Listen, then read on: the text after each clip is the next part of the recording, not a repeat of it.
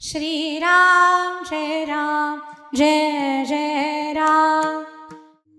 एक गाऊ आम्ही विठोबाचे नाम, अनेकापे काम नाही आता, मोडून या वाटा सूक्ष्म दुस्तर, केला राज्यभार चाले ऐसा। मुक्त कैवल्य तेजोनिधी भगवान श्री ज्ञानोबाराय, जगद्गुरु श्री संत तुकोबाराय आदी करून सर्व संतांच्या चरणी नतमस्तक होऊन मायबाप श्रोत्यांना अभिवादन करून या कीर्तन निरूपणासाठी गायला गेलेला अभंग जगद्गुरु तुकोबाराय यांचा असून या अभंगाद्वारे जगद्गुरु महाराज देवाच्या संबंधानं, नामाच्या संबंधानं अनन्यता प्रगट करतात। विठ्ठल विठ्ठल विठ्ठल विठ्ठल विठ्ठल।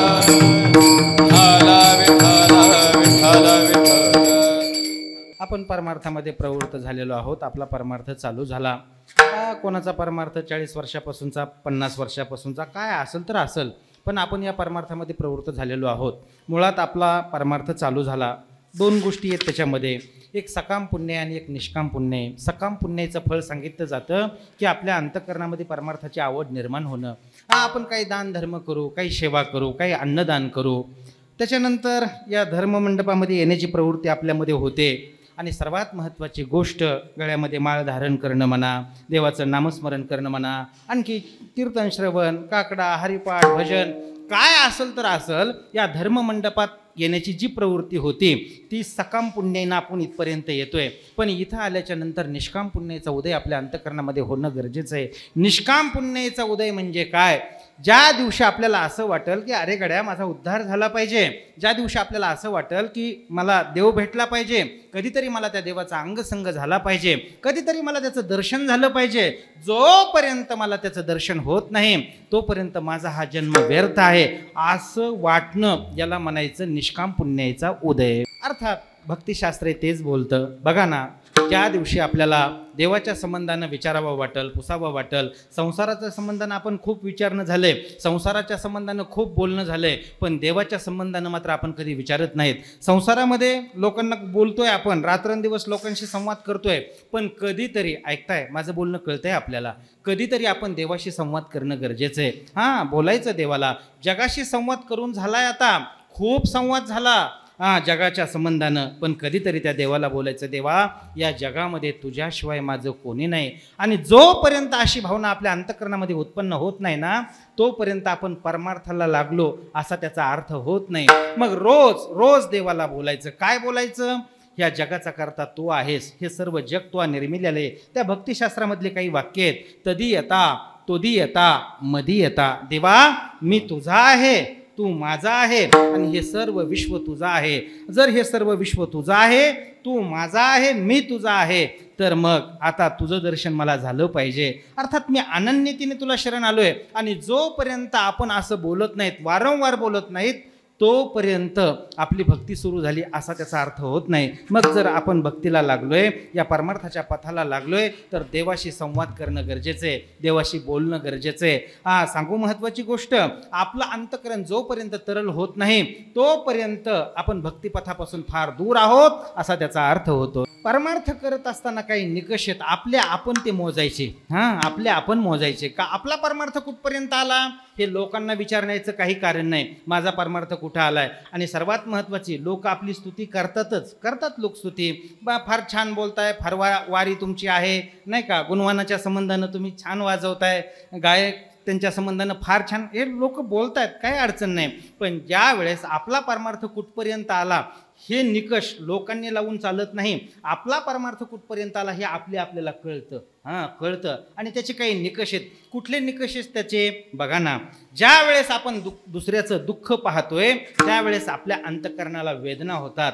वेदना जर झाल्या आपल्या अंतःकरणाला तर असं समजायचं की आपण योग्य पथावरती आहोत। आणि जर आपल्या अंतःकरणाला वेदना नाही झाल्या, आपल्याला जर त्या दुःखाबद्दल बरं वाटत असेल, असं आपण बोलूनही दाखवू की अरे गड्या बरं झालं, त्याच्या पापाची फळं भोगतोय तो, असं जर समजा आपण म्हटलं तर आणखी आपलं अंतःकरण कठीण आहे, आपलं अंतःकरण मृदू झालेलं नाही आणि आणखी आपण भक्तीचे अधिकारी झालेलो नाहीत। ज्ञानोबा बोलतात, पायी काहटा नेहटे ती व्यथा जीवी उमटे तैसा पोळे संकटे पुढीलाचेनी. हा, साधूचं लक्षणच हे सांगितलेलं आहे. हा, साधूचं लक्षण, साधूचं अंतकरण कसं सांगितलं? मृदू सभाये नवनीत तैसे सज्जनाचे चित्त.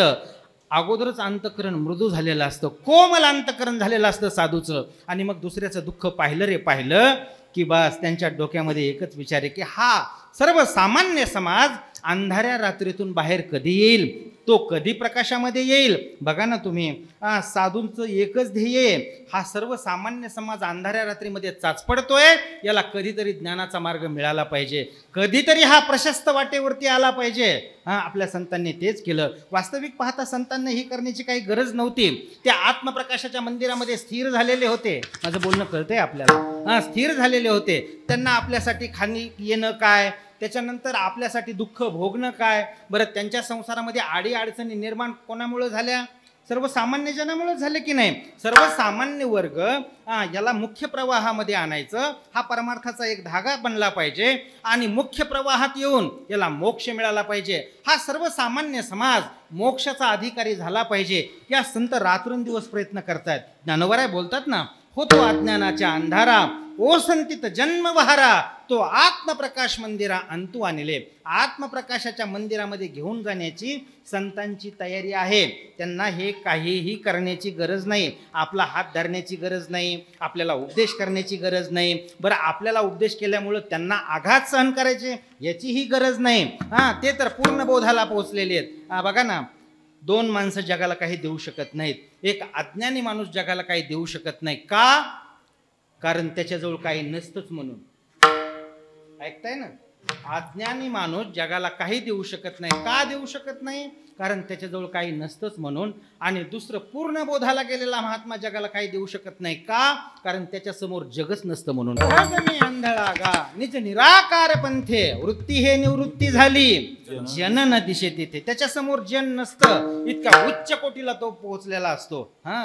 ज्ञानोबराय बोलतात ना, ज्ञानी या पुरुखा कृत्य करू सरले देखा, ऐसा अनाथाचा सखा बोलिला तो. कृतकृतश्च भारत. काही करण्याची गरज नाही, आता संपलंय काही करण्याची. पण खरं सांगू का, आपला वारकरी संप्रदाय, आपल्या वारकरी संप्रदायातले संत इतके महान आहेत. पूर्ण बोधाला ते पोहोचले, आत्मप्रकाशाच्या मंदिरामध्ये ते स्थिर झाले. पण त्या ठिकाणी ते रमले नाही. कारण रमतील कसे? हा सर्वसामान्य समाज हा खितपत पडलाय. या संसाराच्या दुःखाने तो व्यतीत झालेला आहे.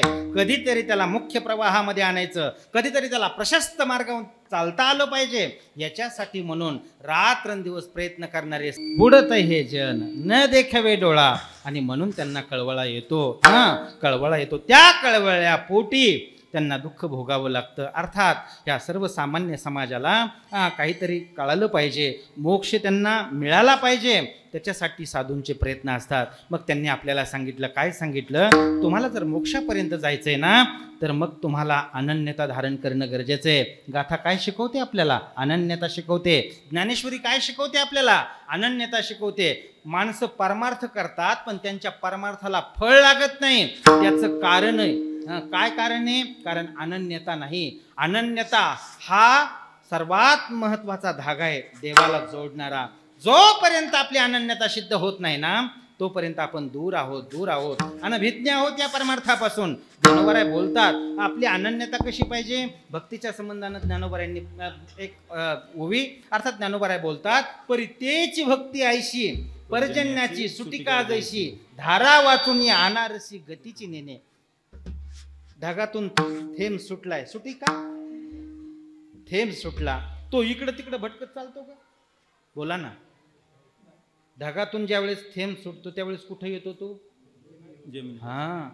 त्याला आस लागलेली असते, अरे कधी या जमिनीला मी शांत करेल. तो इकडं तिकडे इतरत्र भटकत नाही, तो सरळ येतो. त्याला आस लागलेली असते. आणि तशा पद्धतीनं या भक्ताला आस लागायला पाहिजे. अनन्यतेचं सर्वात मोठं उदाहरण जगद्गुरु महाराजही देतात. जोपर्यंत आपली अनन्यता सिद्ध होत नाही, तोपर्यंत आपली भक्ती नाही. मग या परमार्थाच्या वाटेवर आल्याच्या नंतर अनन्यता. मग आपल्या संतांनी काही अनन्यता सिद्ध केल्यात. कशा कशाच्या संबंधानं अनन्यता?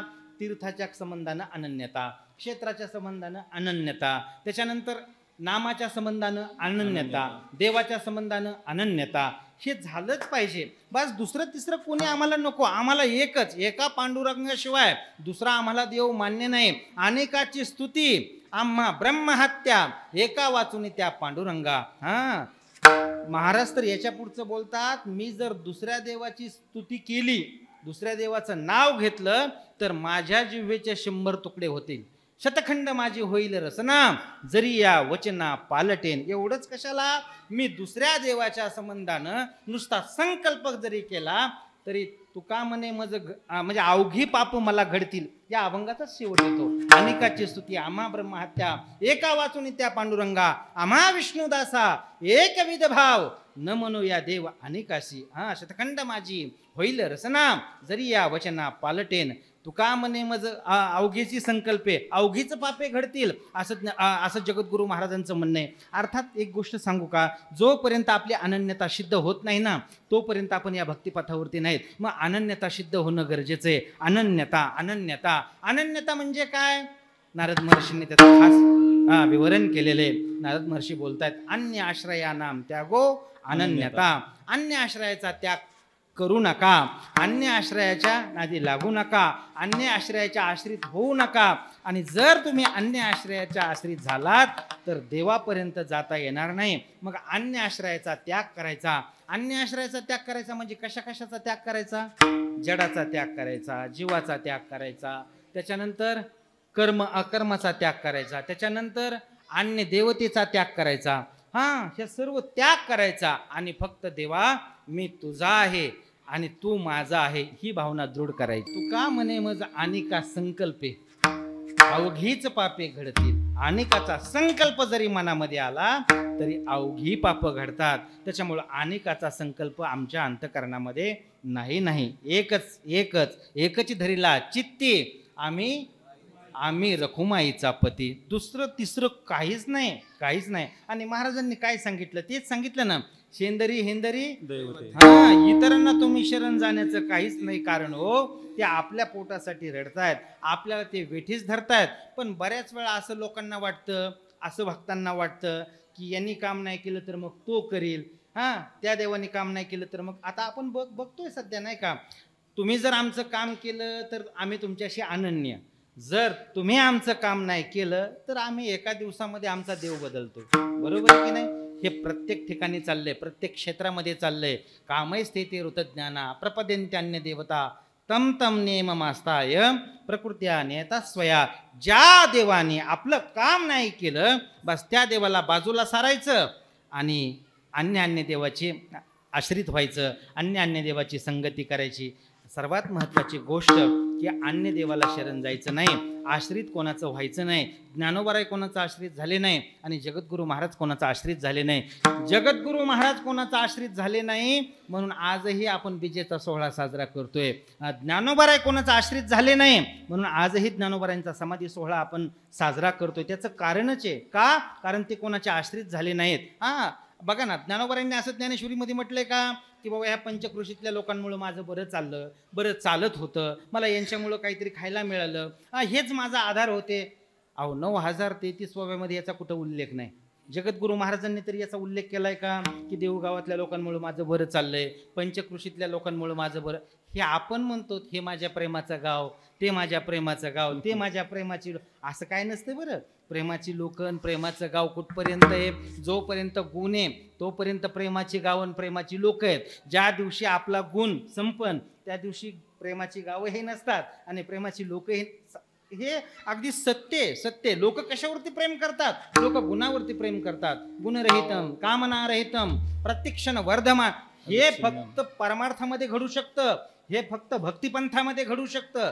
संसारामध्ये लोक गुणावरती प्रेम करणार आहेत, गुणावरती. माझा मुद्दा तो चाललाय, प्रेम करणारे कुठपर्यंत करतात? जोपर्यंत गुण आहेत तोपर्यंत. कारण तो गुण त्या गुणीच्या आश्रयाला राहतो. ज्या दिवशी गुण अर्थात तो आश्रयाला थांबलाय तो क्षीण होईल, गुणी क्षीण होईल, अर्थात म्हातारा होईल, त्या दिवशी तो गुण त्याचा आश्रय सोडून निघून जातो आणि मग एकाएकी जीवन जगावं लागतं, एकाएकी जीवन पडतं. अर्थात ही अनन्यता. देवाच्या संबंधाची अनन्यता, शास्त्राच्या संबंधाची अनन्यता, अर्थात क्षेत्राच्या संबंधाची अनन्यता, आपल्याला टप्प्याटप्प्याने याचं चिंतन करायचे. बघा ना, अनन्यता, नामाच्या संबंधानं अनन्यता. या देवाच्या शिवाय आम्हाला दुसरं नाव घ्यायचं नाही आणि आम्ही दुसरं नाव घेतही नाहीत. का घेत नाहीत? कारण दुसऱ्या नावामध्ये आम्हाला तारण्याची शक्ती नाही. दुसरं नाव असं आहे, बस तेच दुसऱ्याच्या स्वाधीने पराधीने, आणि आम्ही त्याचं काय नाव घ्यायचंय? मग आमचा आणि थेट देवाचा संबंध आला पाहिजे. आम्ही इतरांचं नाव सुद्धा घेत नाहीत. आम्ही नामाचे धारक, नेनो प्रकार अनेक, सर्व भावे एक, विठ्ठलची प्रमाण. एकच देव भास. आम्ही दुसरा प्रकार जाणत सुद्धा नाही. बरं, बाकीच्या प्रकाराची नावं माहीत नाहीत का जगद्गुरु महाराजांना? बोला ना. बाकीच्या प्रकाराची नावं माहीत नाहीत का? आहेत माहीत, पण महाराज म्हणतात नेनो प्रकार अनेक, आम्ही एकच धरीला चित्ती, आम्ही रखुमाईचा पती. बास, आता आमच्या चित्तामध्ये दुसरं तिसरा कुठलाही देव नाही. कशासाठी एवढा विस्तार केला आपण ह्या गोष्टीचा? अनन्यता. अनन्यता फार महत्वाची. आपण या ऐका बरं, माझा मुद्दा चालला की त्या देवाची अनन्यता. ही अनन्यता कशासाठी सांगायची? त्याचं एकच कारण आहे की आपल्या भक्तीला जोपर्यंत अनन्यतेचं संपुट लागत नाही तोपर्यंत आपली भक्ती व्यर्थ आहे, व्यर्थ. मग अनन्यता, बघा ना, त्या देवाचं, नामाच्या संबंधानं आपलं चिंतन चाललंय, त्या देवाचं नाव आपण घेतलं की आपल्या डोळ्याला धारा लागल्या पाहिजेत. भक्तीचा नेम सांगू तुम्हाला. बघा, ज्या दिवशी आपण गळ्यामध्ये माळ धारण केलेली आहे आणि देवाचं नाव घेतोय, त्या दिवशी आपल्या डोळ्यामध्ये धारा लागल्या पाहिजेत. याला भक्तीचा प्रारंभ म्हणतात. आणि भक्तीचा शेवट कधी? ज्या दिवशी आपण देवाचं नाव घेऊ त्या दिवशी आपल्या डोळ्यात नाही, देवाच्या डोळ्यात धारा लागल्या पाहिजेत. याला भक्तीचा शेवट म्हणतात. याला भक्तीचा, ही भक्ती इथपर्यंत पोहोचणं गरजेचं आहे. राष्ट्रसंत मोरारी बापूंचं एक वाक्य बघा, हरे नाम की माला जपते जपते बेवजह आंखों में आंसू आए तो समज लेना संदेश पोहोच गया. संदेश तिथपर्यंत कधी जातो? जोपर्यंत अश्रू दाटत नाहीत तोपर्यंत संदेश जात नाही. ज्या दिवशी आपण रडू, देवासाठी म्हणून रडू, त्याचं नाव घेतल्याच्या नंतर रडू, खऱ्या अर्थाने तो संदेश देवापर्यंत जाणार आहे. म्हणून रडणं गरजेचं आहे. आपण संसारात नेहमी रडतोय, देवासाठी म्हणून आपण रडायला तयार नाहीत. ही नामाच्या संबंधानं अनन्यता. नंतर सांगितले क्षेत्राच्या संबंधानं. क्षेत्र, आम्हाला तेच क्षेत्र प्रिय आहे, फक्त आणि फक्त पंढरपूर.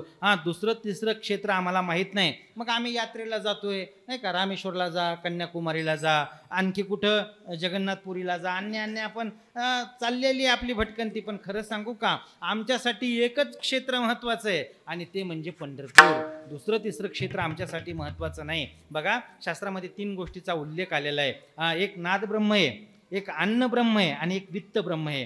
अन्न ब्रह्माचा विचार उडपीला अन्न ब्रह्माचा विचार होतो, उडपी, बरं का. त्याच्यानंतर वित्त ब्रह्म तिरुपती. माणसं कशासाठी जातात? पैशासाठी.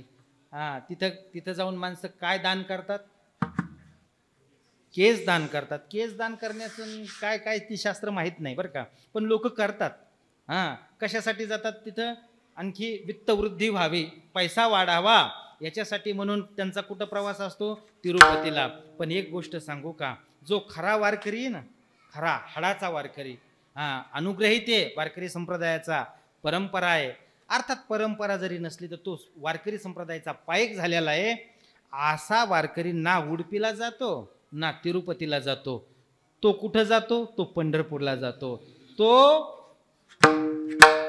वित्ताचा भुकेला नाही आणि तो अन्नाचा भुकेला नाही, तो नादाचा भुकेला आहे. आणि नाद एकाच ठिकाणी आहे, तो म्हणजे पंढरपूरला. बघा ना, माता भगिनीच्या जीवनामध्ये माहेर फार महत्वाचं आहे. माहेर फार महत्वाचं आहे.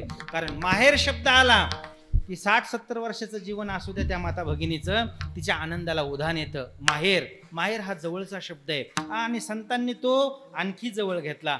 पंढरपूर आपलं माहेर म्हणून सांगितलं संतांनी. माहेर संतांचे, पंढरपूर माहेर आहे. पंढरी आहे माझे माहेर साजनी.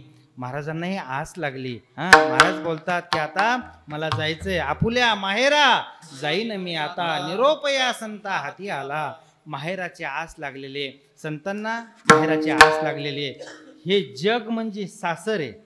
संसार म्हणजे सासर आहे आणि देव म्हणजे माहेर आहे. त्याच्याकडे जाण्यासाठीचा आपण आता वारकरी, महिन्याचे वारकरी आहेतच आहेत. त्याच्यानंतर कार्तिकी आहे, आषाढी आहे, जाणारे आहेत वारकरी. अर्थात माहेराला जाण्याची आस लागते, आस लागते.